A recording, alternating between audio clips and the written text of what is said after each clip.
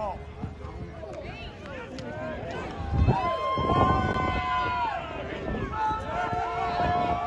it loose, boy. Deep, cut it loose. There you go.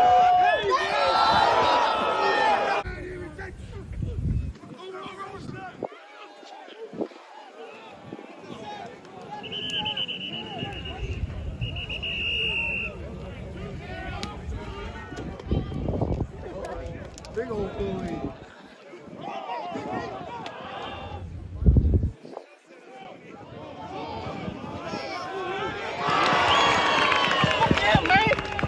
Fucking him. I really like that, man.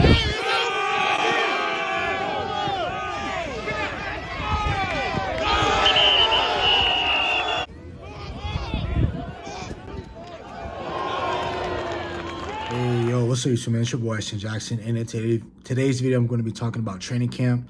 You guys saw the highlights at the beginning of the video. And then I'm also going to be talking about the injury, sadly, to Sam Williams.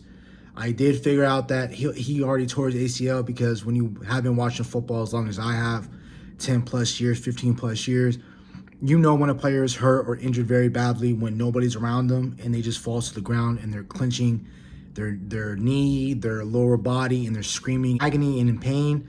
You know they tore something. So that's sad news for Sam Williams. I'm going to talk about that more and such after this intro. So before we hop into the video, I would appreciate if you guys would like the video, subscribe if you're new, comment and share my video with anyone who you think will enjoy my content, man.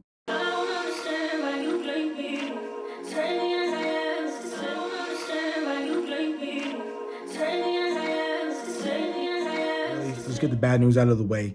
Sam Williams, young star pass rusher, not really a star. He was, I believe, had he stayed healthy for this year, I felt like he was going to be a star, only because he had no obligation but to be a star. Because again, Dorrance Armstrong left, Dante Fowler left, so now you're depending on a whole lot of second, third year dudes who basically would be their first year ever really playing defensive end.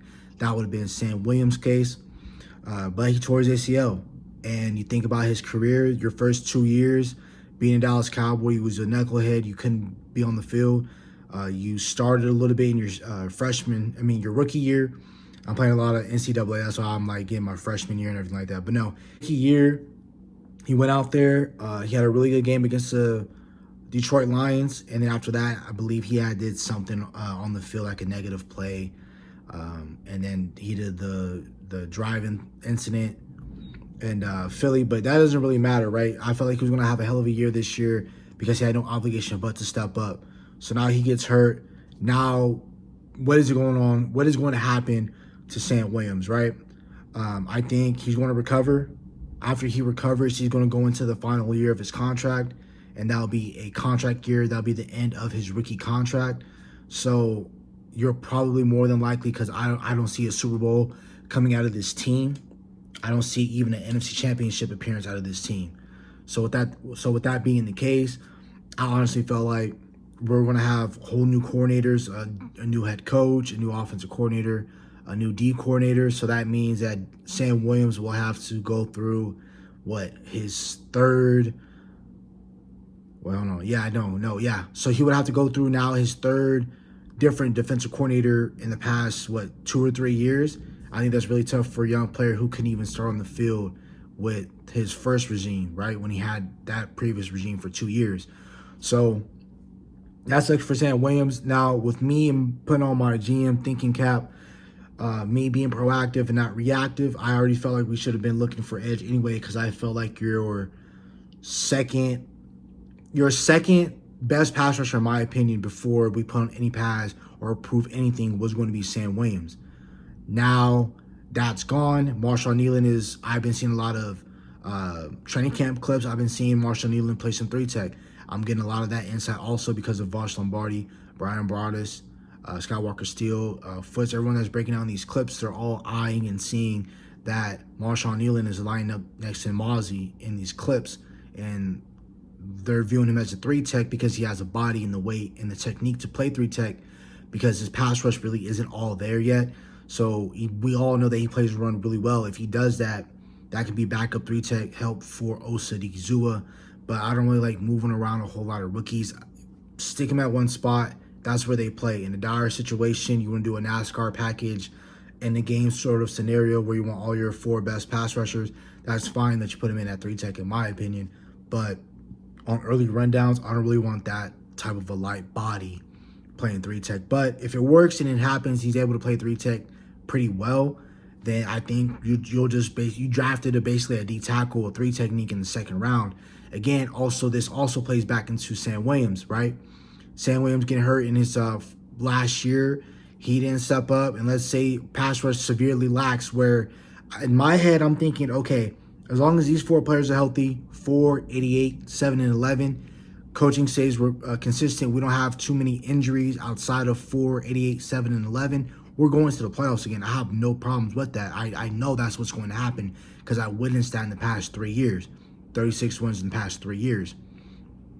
With that being consistent, if we go into the playoffs, and what was our problem last year on the defensive side of the ball? Other than secondary blown coverages, we couldn't get to Jordan Love. That was our main priority. We could not rough up Jordan Love at all. Jordan Love had a clean pocket the entire game. So if we're playing, let's say we're the fourth, let's say we're the 3rd seed this year, and we're playing against the Chicago Bears, and Caleb Williams comes to town, and they whoop up on us, and the stat line of that game was Caleb Williams had all day. He was 34th of 38 and had 422 yards, 3 touchdowns, and 2 on the ground. And they mainly pointed at that it was the reason why that happened was because we couldn't get home. That's going to be a problem, and we're going to severely lack pass rush. Again, me putting on my GM hat, I'm thinking about a guy like Carl Lawson. He was a really solid defensive end for the New York Jets last year. I think he will be relatively cheap. I think you can get him on a 1-year deal, maybe a 2-year deal, because maybe he's on a, maybe you see potential in him. Sign him to a 2-year deal because you don't know what Sam Williams is going to look like next year coming off an ACL injury. Then you got Marshawn Nealon. You don't know what he's going to look like this year. You're probably going to spend high resources to draft another edge high. So what are you going to do if you're Dallas, right?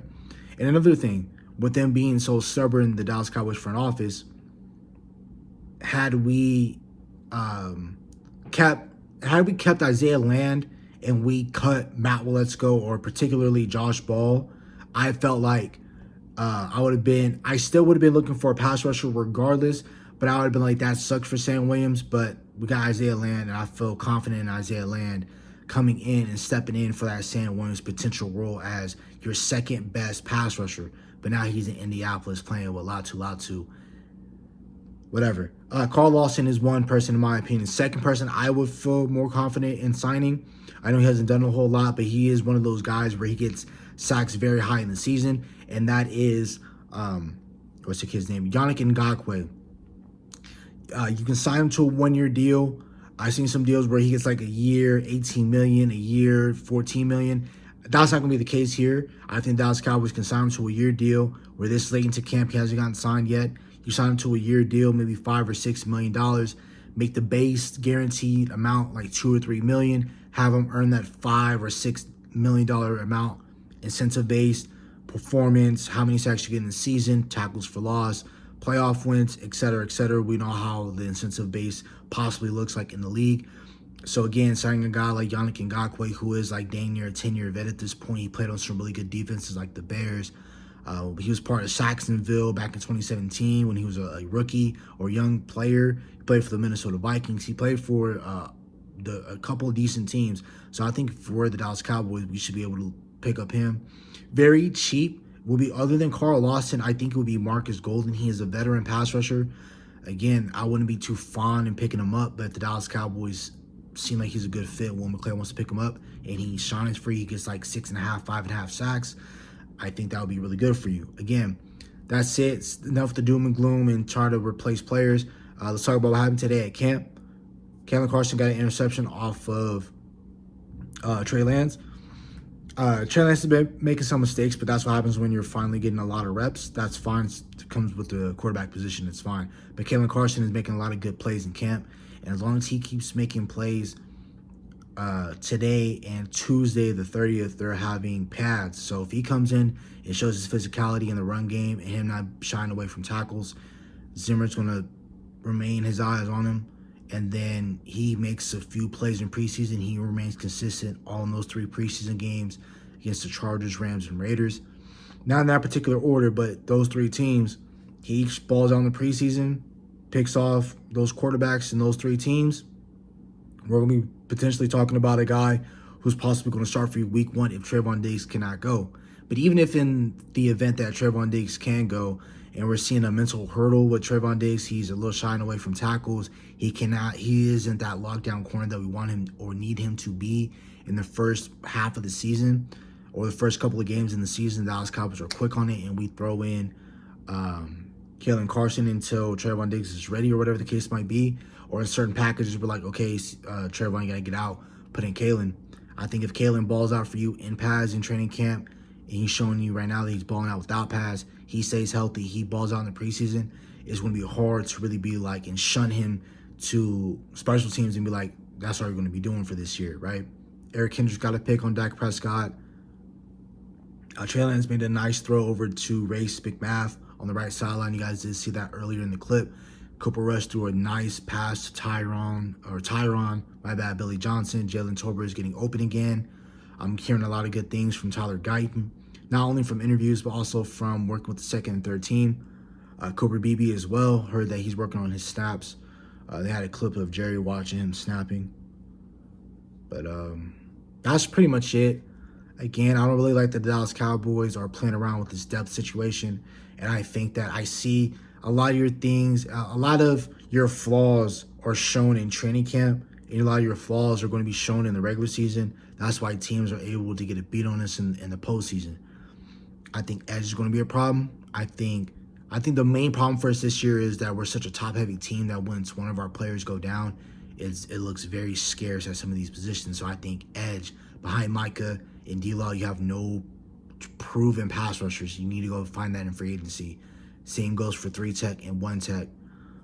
Cornerback, I'm very scarce at that position as well. Even if Kalen Carson can evolve into a player, okay, let's say he evolves to a player. Let's say Trevon Diggs returns to form. You're going to have Diggs, Bland, Lewis, Scott. Now you only got 4 corners. One of those corners go down. Now you're back to last year with only having 3 really good corners. And then again, your depth looks scarce with Nashawn Wright, Eric Scott Jr. We don't know what's going to happen with Israel Mukwamu. Maybe he sticks around the roster at corner instead of playing safety because the safety room is so deep with Wanye, Marquise Bell, Donovan, and Malik. And then you got other guys like Julius Wood from East Carolina. So we're going to find out what's going to happen there. I feel like running back is going to be an issue just because we don't have a proven – we have a proven guy in Ezekiel Elliott, but he's no longer that bursty type running back we have. And I feel like we're going to be politicking, so I don't feel like Royce Freeman's going to make the roster, even though I think he should.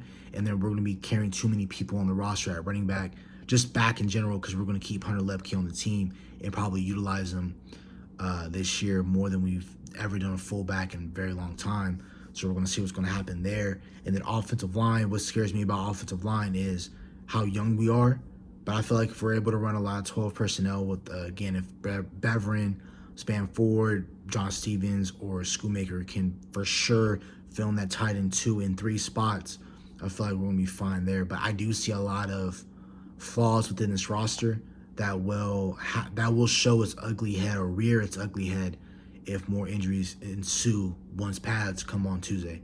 That's about it for the video. Hope you guys have a nice day. Stay safe, stay blessed. Bye.